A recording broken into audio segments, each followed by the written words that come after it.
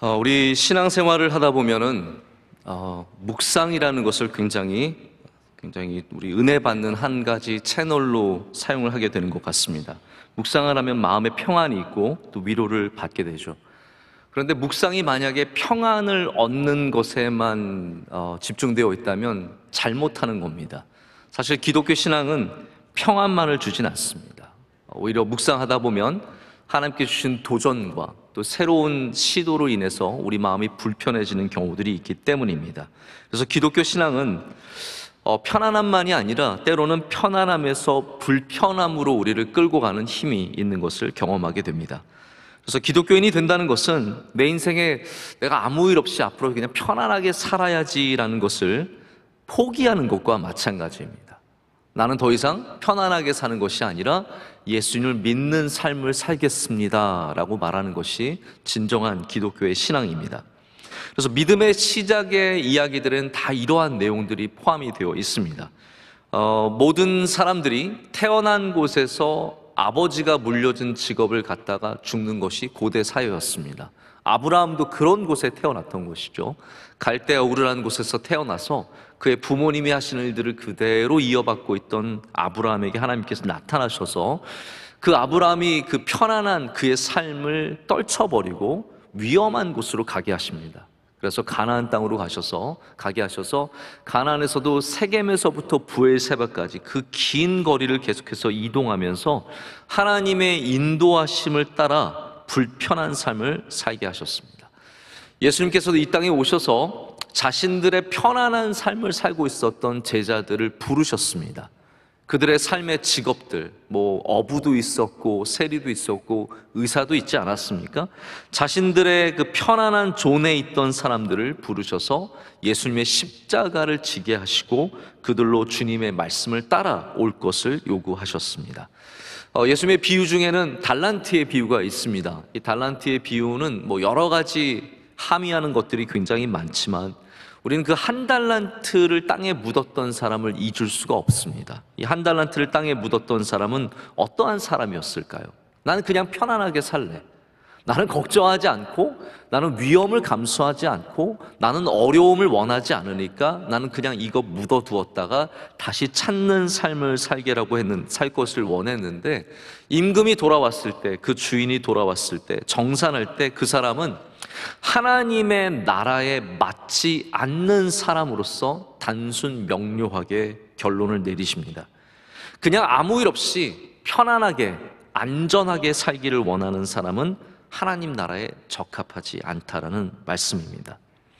오늘 말씀에 등장하는 요시야는 유다의 왕 중에서 가장 훌륭했던 왕이라고 할 수 있는 사람입니다. 당연히 다윗이겠죠. 사무엘 상하가 보여주는 유다의 가장 뛰어난 왕은 당연히 다윗입니다. 그러나 열왕기 상하가 보여주는 유다의 중심에는 요시야가 있습니다.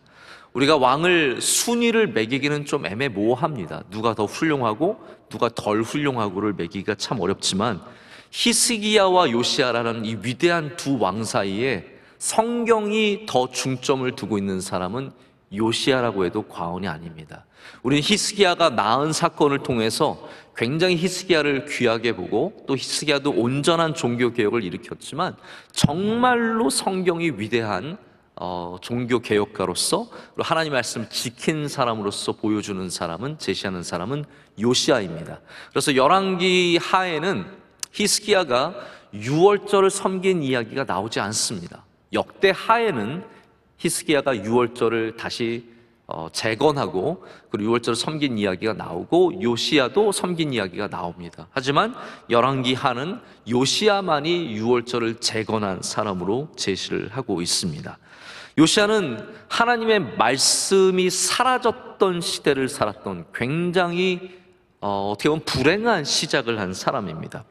우리 보통 모태신앙을 가진 사람이 더 훌륭한 믿음을 가질 것이라는 생각을 하지 않습니까?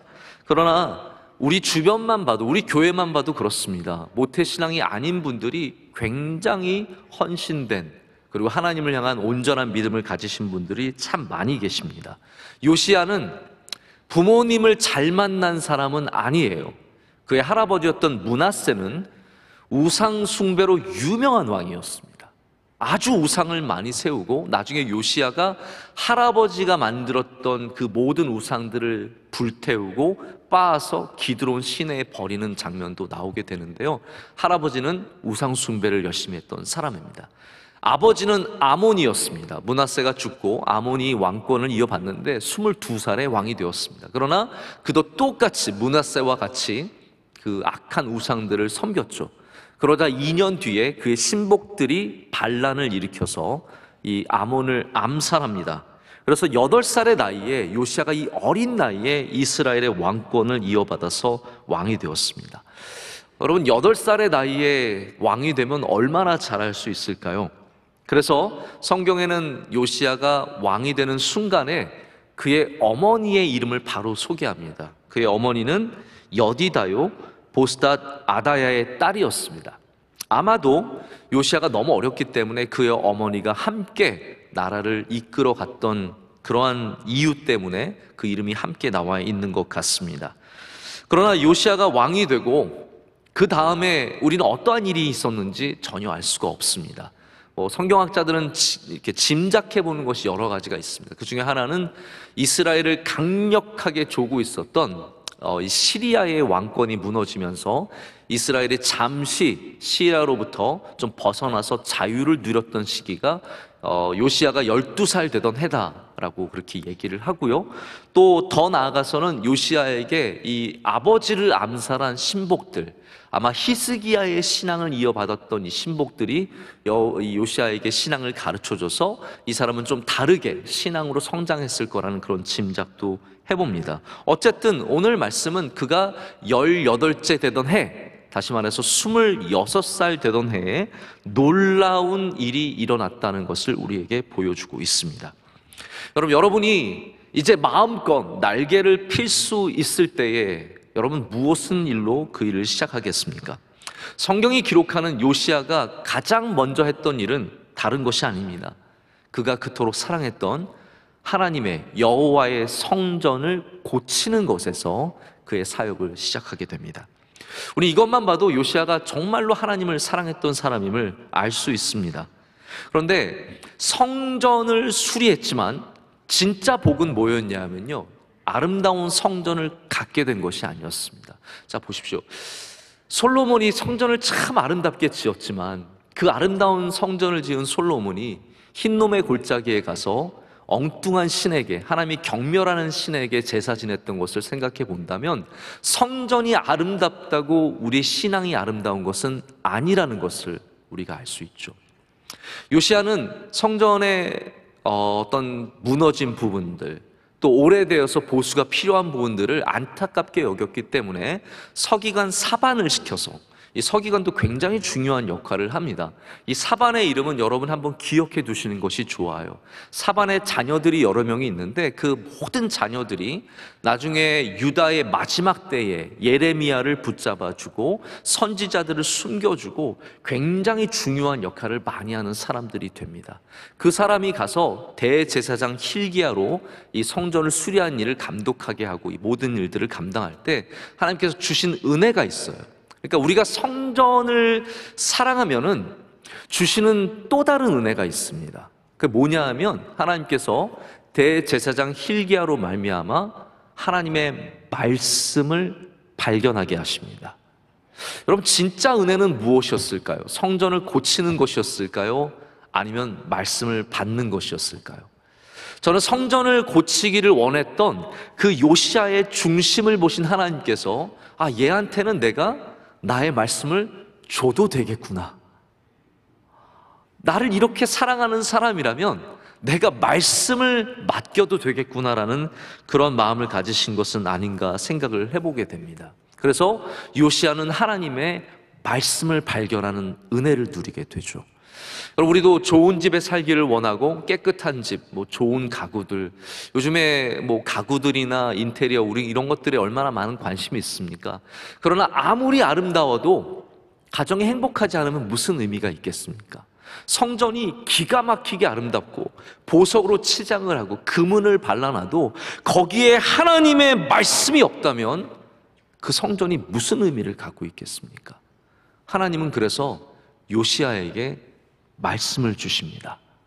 근데 이 말씀이 그냥 너 좋다, 너 사랑한다 그런 것으로 끝나는 말씀은 아니었습니다.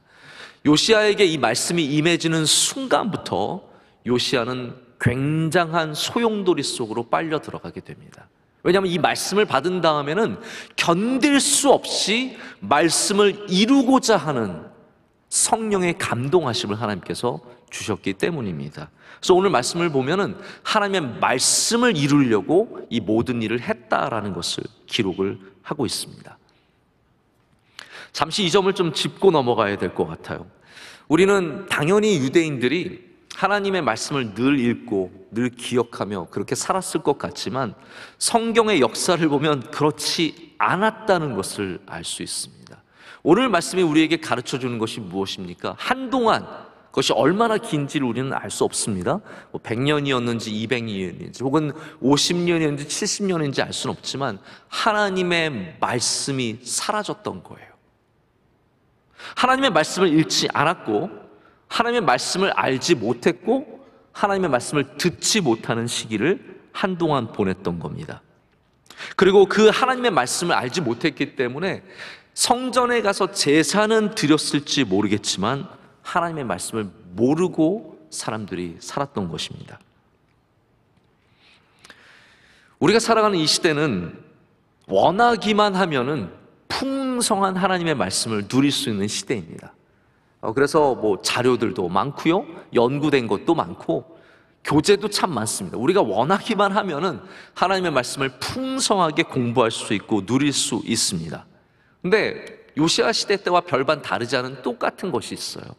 만약에 우리가 이렇게 풍성한, 외적으로는 말씀이 풍성한 시대를 살아가고 있지만 정작 하나님의 말씀에 관심이 없고 하나님의 말씀을 듣지 않고 하나님의 말씀을 읽지 않는다면 우리는 말씀을 잃어버린 요시야 시대와 다를 바가 하나도 없습니다. 말씀이 있을 뿐이지 듣지 않는다면 하나님의 말씀은 잃어버려진 것과 똑같다라는 말입니다. 그런 시대에 하나님께서 요시야에게 말씀을 주시는 거죠. 여러분, 우리 바라기는요, 외적으로는 말씀이 풍성하지만 그런 것으로 만족하지 않고 우리 안에 하나님의 말씀이 있기를 간절히 소망해 봅니다. 그 시대가 복이 있는 시대고 그 시대가 회복의 능력이 있는 시대입니다. 그런데 그 말씀을 발견한 것이 그냥 좋은 일만은 아니에요. 왜냐하면 요시야에겐 지금부터 굉장히 위험한 일들이 앞에 주어졌기 때문입니다. 그래서 말씀을 발견하는 은혜는 그냥 평안만을 누리는 은혜는 아니라는 거예요. 말씀을 발견하는 은혜는 위험성을 갖고 있는 은혜입니다. 여러분, 위험한 거 좋아하십니까?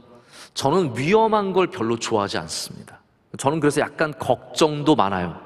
항상 우리 교회 시설물들 보면서 걱정도 하게 되고, 저는 운전도 위험하게 하지 않습니다. 운전도 가능하면 안전하게 하고, 고속도로에서 저는 과속을 안 합니다. 해도 저 사람 미쳤나 봐, 이 정도는 안 합니다. 적당한 수준으로 합니다. 고속도로에서 진짜 과속하시는 분은 원로 목사님이세요. 따라가기 힘들 정도로 가버리십니다. 제가 대학교 때 스쿠버 다이빙을 상급자 프로그램까지 했는데 많은 분들이 스쿠버 다이빙 위험하지 않느냐라고 말씀하시는데 제가 그걸 한 이유가 있어요. 저는 위험한 거 안 한다고 했잖아요. 우리 교관 선생님이 뭐라고 말씀하시냐면 스쿠버 다이빙을 하다가 다칠 위험성은 볼링을 하다가 다칠 위험성보다 낫다. 저는 지금 생각해보면 그거 믿을 만한 얘기인가? 라는 생각이 드는데 실제로 그렇다고 얘기를 하시니까 저는 그때 그분 이제 이야기를 믿고 스쿠버 다이빙을 계속해서 했던 거죠. 그러나 저는 정말 위험한 스포츠는 잘 이해가 안 가요. 비행기에서 뛰어내리는 거? 그럼 그런 이상한 짓을 왜 합니까? 그럼 편안하게 사세요. 안전하게 사세요. 할렐루야. 안전하게 사시는 것이 좋습니다. 그러나 믿음은 우리에게 또 다른 위험으로 나가게 하는 부분들이 있습니다. 하나님의 말씀을 받은 우리들은 안전한 곳에만 머무는 것을 원하지 않습니다. 제가 몇 년 전에 우리 명성교회 선교지 중에 하나인 브라질에 있는 아마존을 다녀오게 됐습니다. 저는 원래 위험한 곳도 잘 안 가요. 그런데 이게 우리 교회의 일이고 우리 선교지의 일이다 보니까 우리 청년들과 함께 가는 것에 전혀 두려움이 없었습니다. 아마존에 가서 제일 위험했던 것은 악어도 아니었고, 악어 저 본 적도 없습니다. 우리 청년들은 봤는데 악어 뭐 볼 일이 피라냐 물려 죽는 거 걱정 안 하셔도 돼요. 안 들어가면 되는 거거든요. 별로 그게 위험하지 않았어요. 오히려 들어갈 때 30년 넘어 보이는 낡고 낡은 경비행기 타는 게 제일 무서웠습니다. 야, 이게 뜰 수 있을까? 이게 날아갈 수 있을까? 이게 잘 내릴까? 그러나 그런 두려움에도 불구하고 감당하게 되는 것은, 믿음은 우리로 하여금 믿음의 일을 감당하게 하기 때문입니다. 요시야는 지금 안전을 택하는 게 아닙니다. 어떻게 내가 우리나라를 안전하게 운영을 할까? 이런 것을 택했다면 이런 것들 하나도 못하죠. 그러나 요시야는 하나님의 말씀을 받았기 때문에 그 말씀으로 말미암아 나라를 완전히 뒤집어 엎는 그런 위대한 위험한 일을 감당하게 되는 것입니다. 그럼 위험하다는 말이 무슨 말일까요? 왜 하나님의 말씀을 발견하는 것은 위험한 것이겠습니까? 제가 감히 이런 말씀을 드리는데요, 성경은 인류 역사상 가장 위험한 책입니다. 여러분, 안전하게 사시고 싶으시면 성경책 보지 마십시오. 그냥 편하게 살고 싶으시면 절대로 하나님의 말씀 듣지 마십시오. 그러나 여러분이 정말로 이 말씀을 살아계신 하나님의 말씀으로 받아들이게 되면 이 말씀은 지극히 위험한 말씀이 될 수 있습니다. 요시야는 하나님의 말씀을 발견한 뒤에 이 말씀이 이제 hil기야로부터 여선지자 훌다에게로 넘어가고, 여선지자 훌다가 이 말씀을 요시야에게 전하게 됩니다. 근데 그 말씀을 들으면서 요시야가 큰 충격을 받게 됩니다. 이제 많은 학자들이 이 말씀을 신명기일 것이다 라고 짐작을 합니다. 하나님과의 언약의 말씀이 있는 신명기죠. 그리고 그 말씀을 들으면서 이 요시야는 우리 이스라엘이 하나님 앞에 너무 많은 죄를 지었다는 것을 깨닫게 돼요. 하나님 말씀이 주시는 깨달음이 있거든요. 하나님의 말씀은 우리가 죄인임을 깨닫게 합니다. 그래서 죄를 깨닫게 되면서 하나님의 심판이 멀지 않았다는 그 두려움 속에서 요시야가 옷을 찢고 통곡하면서 나라의 변화를 추구하게 됩니다. 그래서 지금까지 26살 될 때까지 가만히 두고 보았던 모든 우상들을 풀 스케일로 완전히 전적으로 다 없애는 우상 척결 작전을 펼칩니다. 여러분, 열왕기 상하를 읽어보신 분들은 아실 거예요. 왕들을 얘기할 때 항상 칭찬하는 부분이 뭐냐면 우상을 없앴더라. 그런데 이게 있어요. 단 한 명도 완전히 우상을 없앤 사람은 없었습니다. 단 한 명도 모든 우상을 완전히 척결한 사람은 없었습니다. 그래서 산당을 없애지 못했다라는 이야기가 꼭 나오고요, 반드시 그 사람들이 아무리 잘했어도 모든 사람들이 실패했던 내용들이 나옵니다. 근데 요시야는 이 말씀을 받은 다음에 모든 것들을 싹 다 없앴어요. 여러분, 이게 가능할 것 같죠? 왕이니까 뭐 가능하겠지라고 생각하시겠지만 절대로 그렇지 않습니다. 이 사회에 해악을 끼치는 사이비도 못 없애는 것이 이 세상입니다. 절대로 없앨 수가 없습니다. 그런데 요시야가 이걸 얼마나 하냐면요, 사실 제가 오늘 말씀을 읽은 것이 약간 부족해요. 원래는 22장, 23장 전체를 다 읽어야 여러분 이것을 다 이해하실 수 있어요. 얼마나 없애냐면, 바알은 원래 부수는 우상이에요. 바알은 부수는 것이고, 아세라 계통은 불태우는 우상이에요. 나무로 지어졌기 때문에 바알을 부수고 아세라 상을 전부 다 불태워서, 불태우는 것으로 끝나지 않아요. 빻아요. 완전히 재로 만들어서 그것을 형체도 없이 버리게 됩니다. 하나님께서 가장 경멸하셨던 몰렉을 섬기는 이 흰놈의 골짜기에 있는 도벳 사당을 무너뜨립니다. 그리고 할아버지 므낫세가 세운 수많은 우상들을 다 빻아서 기드론 시내에 흘려보냅니다. 이거는 죄를 뿌리는 정도가 아니라 흘려보내서 흔적도 안 남게 하는 거예요. 그리고 누구도 하지 못했던, 무엇보다 누구도 하지 못했던 산당을 없앱니다. 여러분, 산당은 원래 이스라엘에서 여호와를 섬기던, 성전 시대 전에 여호와를 섬기던 역할을 감당합니다. 그러나 성전 중심의 이스라엘이 되면서 산당은 전부 다 우상을 섬기는 곳으로 완전히 변절하게 돼요. 이 산당이 문제가 많은 거거든요. 근데 아무도 없애지 못했던 이 산당을 요시야가 완전히 없애야 돼요. 완전한 성공적인 종교 개혁을 누가 하게 되느냐? 바로 말씀을 발견하는 은혜를 받았던 요시야가 하게 됩니다. 말씀을 받고 편하게 사는 방법도 있습니다. 그냥 좀 무시하고 그냥 그러려니 하고 또 그냥 적당한 정도로 얼마나 많이 할 수 있겠습니까? 그러나 요시야는 이 말씀을 받은 다음에 가장 위험한 길로 걸어가게 되는 거죠. 모든 것들을 없애고 하나님 앞에 바로 서는 일을 선택하게 됩니다. 제가 말하는 위험은 바로 이러한 위험의 모습입니다. 우리나라 역사에도 그런 일들이 있습니다. 선비 할아버지가 동네에서 하는 부흥회를 가시는 거예요. 부흥회를 다녀오신 다음에 성령을 받으셔서 집에 오시자마자 야, 오늘부터는 우리 제사 안 지낸다. 그래서 교회 다녀오시자마자 모든 제사의 도구들을 다 꺼내서 버려버립니다. 그런 믿음의 선조들의 이야기가 얼마나 많습니까?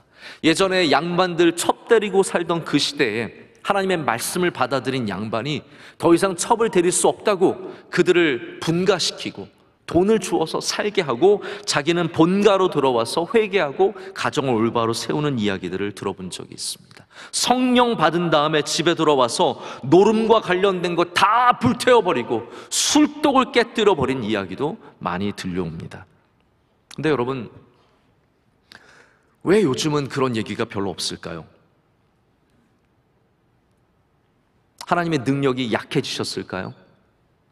아닙니다. 우리가 이제는 말씀을 위험하게 읽지 않기 때문입니다. 말씀을 편안하게 읽는 거예요. 나에게 도움이 되고 나에게 평안을 주고 나에게 위로해 주는 말씀은 잘 받아들이고 나에게 조금만 위험한 것이라도 있으면 그것을 우리는 슬쩍 넘어갑니다. 피합니다. 이거 안 해도 괜찮겠지라고 생각을 하죠. 위험한 것은 절대로 받아들이지 않는 것이죠. 여러분, 말씀을 조금만 위험하게 한번 읽어보시기를 축복합니다. 아멘 하시기 힘드시죠? 안 하셔도 괜찮습니다.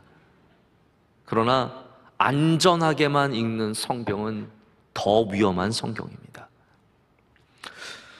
우리 반공시대를 살아온 어른들은 불온서적이 뭔지 아시죠? 불온서적, 우리의 사상에 영향을 끼치는 불온서적들이 있었습니다. 읽지 말라는 거죠. 우리 기독교 안에도 이제 불온서적 같은 것들이 있습니다. 무신론자들이 쓴 책들, 그리고 그들이 주장하는 것들, 뭐 다윈의 종의 기원 같은 창조론을 위협하는 책들, 이런 것들이 우리 기독교의 신앙을 정말 훼손한다고 생각하기 때문에 읽지 말라고 합니다. 근데 제가 그런 책들을 읽어보면요, 전 읽어보거든요. 절대로 우리 신앙을 해칠 수 없습니다. 여러분, 믿음은 그 어떤 것보다 큽니다. 세상의 지식보다 크기 때문에 감히 그런 것들이 우리의 신앙을 훼손시킬 수 없습니다. 그러나 이걸 아셔야 돼요. 세상의 어떠한 불온서적보다 위험한 책이 성경책이에요. 여러분, 그래서 다시 말씀드리지만 편안하게 살고 싶으시면 성경 읽지 마세요. 그냥 왔다 갔다 예배 들으시고 좋은 것만 들으시고, 오늘 목사님 좋은 얘기 해주시겠지, 오늘 얘기 들으면 마음이 평안해지겠지, 그냥 그렇게 살면 됩니다. 그러나 하나님, 살아계신 하나님의 말씀으로 받아들이시려면 위험한 성경 읽기를 해야 됩니다. 하나님의 말씀, 우리는 우리에게 위험한 초청을 하고 있습니다. 아마 여러분들 가운데도 하나님을 믿지 않았다면, 하나님의 말씀을 받아들이지 않았다면 이 세상에서 편하게 사실 분들이 많으실 겁니다. 그냥 편하게 세상 사람들 사는 대로 주일에는 편하게 놀러 가고 쉬고 아무것도 안 하고 집에서 넷플릭스 20시간 보고 얼마나 편안한 삶을 살 수 있겠습니까? 그러나 우리가 하나님을 믿기 때문에 불편함을 감수할 뿐만 아니라 위험한 일들까지도 감수하게 되는 것이죠. 여러분, 그것이 하나님 안에서는 복된 삶입니다. 오늘 말씀은 이스라엘 역사에 큰 전환점이 있는 곳입니다. 우리의 삶에 많은 전환점들이 있는데요, 어떤 사람들은 만남을 통해서 전환점을 갖고, 어떤 사람들은 장소를 통해서도 전환점을 갖습니다. 요시야에게 있어서는 그가 왕이 된 것이 전환점이 아니라 하나님의 말씀을 발견한 것이 일생일대의 가장 큰 변화를 가져오게 되었습니다. 그러나 요시야를 편안하게 만들어준 변화는 아니었습니다. 요시야를 쉽게 왕권을 누리도록 만들어준 변화도 아니었습니다.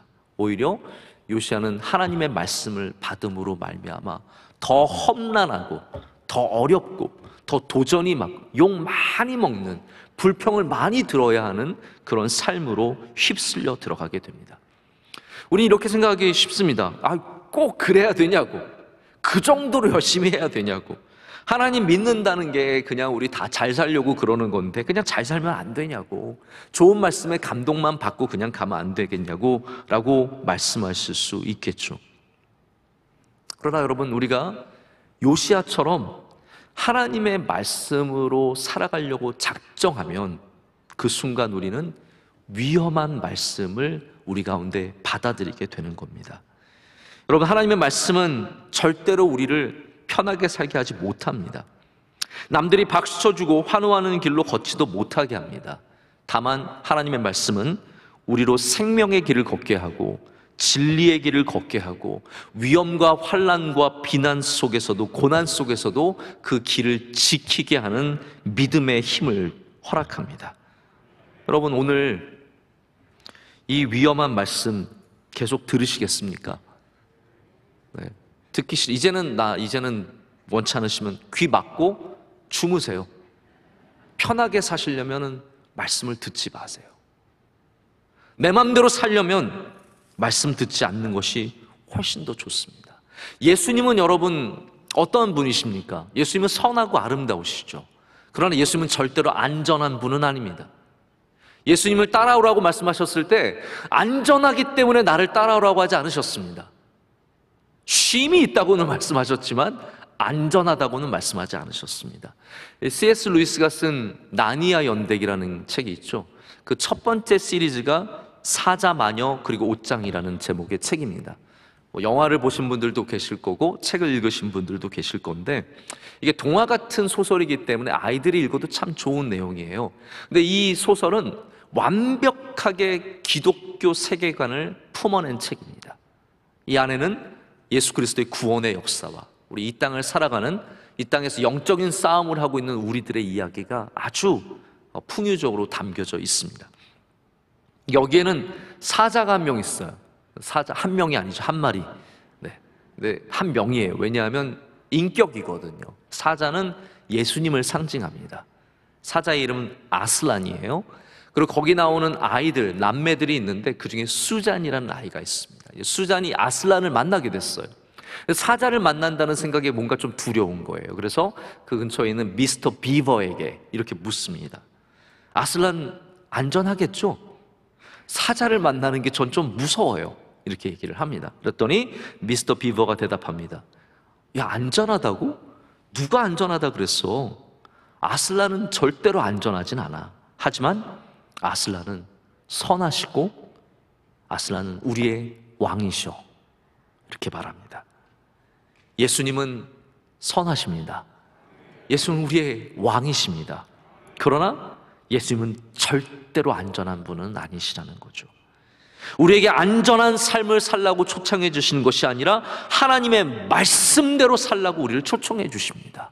그리고 그것은 때로는 많은 위협을 감수해야 하는 일이죠. 우리가 믿음의 위험함 속으로, 고난 속으로 들어가는 일은 기독교 신앙 속에 항상 있는 일이라는 겁니다. 그럼 위험한 것은 무릅쓰고 하는 것을 말합니다. 모르고 당하는 걸 뭐라고 말하나요? 사고라고 말합니다. 기독교인들은 사고를 당하는 것이 아니라 어려움을 다 알고 있어요. 여러분, 조선에 선교사로 온 사람들이 막 천국에 오는 줄 알고 왔다가 갑자기 이게 뭐지? 라고 했겠습니까? 아니, 그들은 조선이라는 나라가 진짜 온 세계 가운데 가장 알려지지 않은 비밀의 나라이며 그곳에 가면 고생 죽도록 해야 되는 거 다 알고 위험을 무릅쓰고 온 거예요.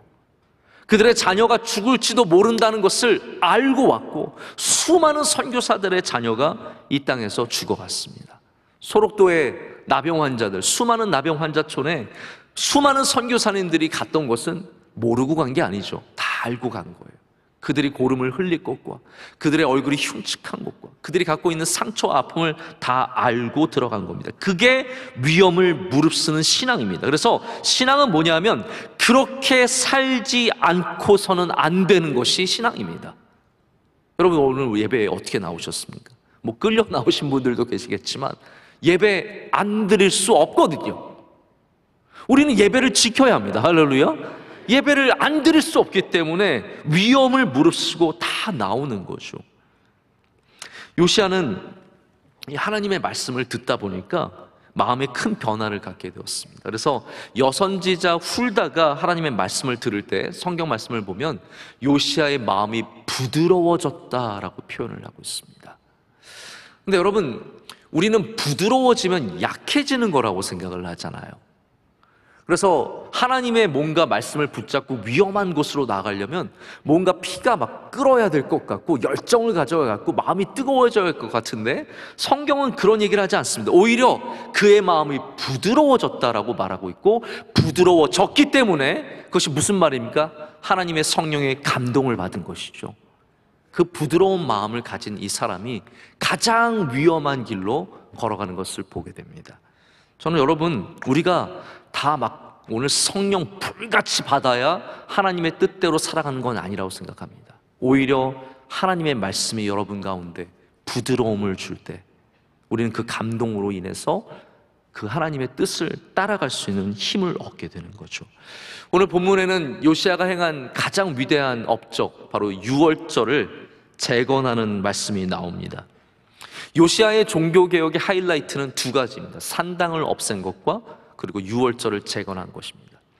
유월절은 아까도 제가 잠깐 설명을 드렸지만 히스기야도 지켰다라고 역대하는 기록하고 있지만 열왕기하는 요시야가 재건했다라고 주장을 합니다.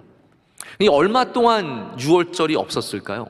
성경의 기록을 보면 여호수아 이후로 유월절이 지켜진 기록들이 없습니다. 놀랍게도 이 귀하고 이 소중한 절기를 얼마나 몇백 년 동안 잃어버리고 살았는지 모릅니다. 이 하나님의 말씀으로 살아가는 것은요, 없애는 것뿐만이 아니라 회복하고 시작하는 것에도 있다라는 거죠. 요시야는 그래서 하나님의 말씀을 붙잡고 다시 회복시키며 새로운 일들을 시작하게 하는 굉장히 위대한 사역을 바라보게 됩니다. 오늘 저녁에 우리 교회에서 말씀을 전하시는 분은 이용규 선교사님입니다. 제가 이분을 잠깐 소개를 하고자 하는데요, 이분은 거의 20년 다 된 것 같아요. 오래전에 내려놓음이라는 그런 책을 쓰셔서 우리 청년들에게 많은 영향력을 끼친 분들입니다. 그때 내려놨던 사람들 되게 많아요. 이 내려놓음이라는 책 때문에 막 꿈도 내려놓고 막 다 내려놓은 사람들 많아요. 그리고 몇 년 뒤에 다시 다 집어들었죠. 이용규 선교사님은 인테리 중에 인테리라고 말할 수 있어요. 서울대학교를 나오시고 하버드에서 역사학으로 박사학위를 받으신 분이에요. 상위 1%예요. 근데 이분은 굉장히 명예로운 그런 일들 할 수 있는 기회들이 많았는데 다 내려놓고, 그 제목처럼 내려놓고 몽골의 선교사로 가게 됩니다.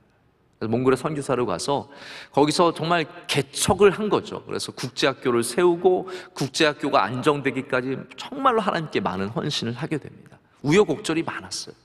근데 이렇게 안정을 갖게 되면 여러분, 사람은 안정을 좋아해요. 안정적인 곳에 있게 되는 거죠. 그런데 이 안정적인 곳에 있게 되니까 하나님께서 또 부르시는 거예요. 넌 인도네시아로 가라. 그래서 이분이 또 다시 내려놓고, 그래서 두 번째 책 제목이 뭔지 아세요? 더 내려놓음이에요. 그래서 더 내려놓고 다시 인도네시아로 가게 돼요. 그래서 인도네시아에서 수년 전부터 많은 또 사역을 완전 맨 땅에 헤딩하다시피 하게 되셔서 지금은 훌륭한 국제대학교를 세우고 우리 기독교인들을 길러내는 귀한 사역들을 이어가고 계십니다. 여러분, 하나님의 말씀에 임하게 되면 우리는 위험한 길을 택할 수 있는 그런 담대함을 갖게 되는 거죠.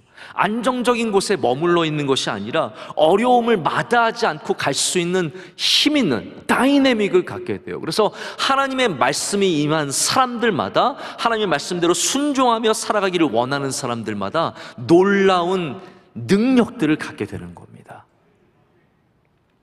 여러분, 제가 위험하다고 말씀드리니까 오늘 찝찝하게 말씀드리시는 분들 계실 거예요. 이거를 해야 돼, 말아야 돼, 내가. 근데 이렇게 표현을 해볼게요. 위험하다는 말이 너무 싫으신 분들은 이렇게 생각을 해보세요. 능력을 갖게 되는 것. 능력을 갖게 되는 것. 신약성경의 삭개오의 이야기는 어린아이들이 참 좋아하는 이야기입니다. 이 이야기를 들어보면 얼마나 재밌습니까? 키가 작다는 것도 재밌고, 또 키가 작아서 예수님 보고 싶은데 못 봐서 나무 위로 올라갔다는 거, 이 이야기만으로도 이야기가 너무 풍성한 거예요. 근데 사실 삭개오의 이야기는 우리 어른들을 향한 이야기예요. 왜냐하면 삭개오의 진짜 이야기는 예수님을 만난 다음부터예요. 작은 사람이 나무가에 올라갔다는 것은 우리의 관심을 끄는 이야기지만, 삭개오의 집에 예수님께서 내가 너희 집에 유하야겠다라고 해서 그곳에 가시는 순간부터 진짜 이야기가 거기서 시작이 되는 거예요. 하나님의 살아계신 말씀, 예수 그리스도, 할렐루야. 예수님은 살아계신 말씀이 육신이 되신 것이기 때문에 말씀을 만나는 거예요. 그 말씀이신 예수님을 만난 다음에 삭개오가 무슨 고백을 합니다. 지금까지 편안하게 살았어요. 지금까지 떵떵거리며 살았어요. 그런 삭개오가 예수님 앞에 완전히 무너집니다. 이제는 어렵게 살겠다는 거예요.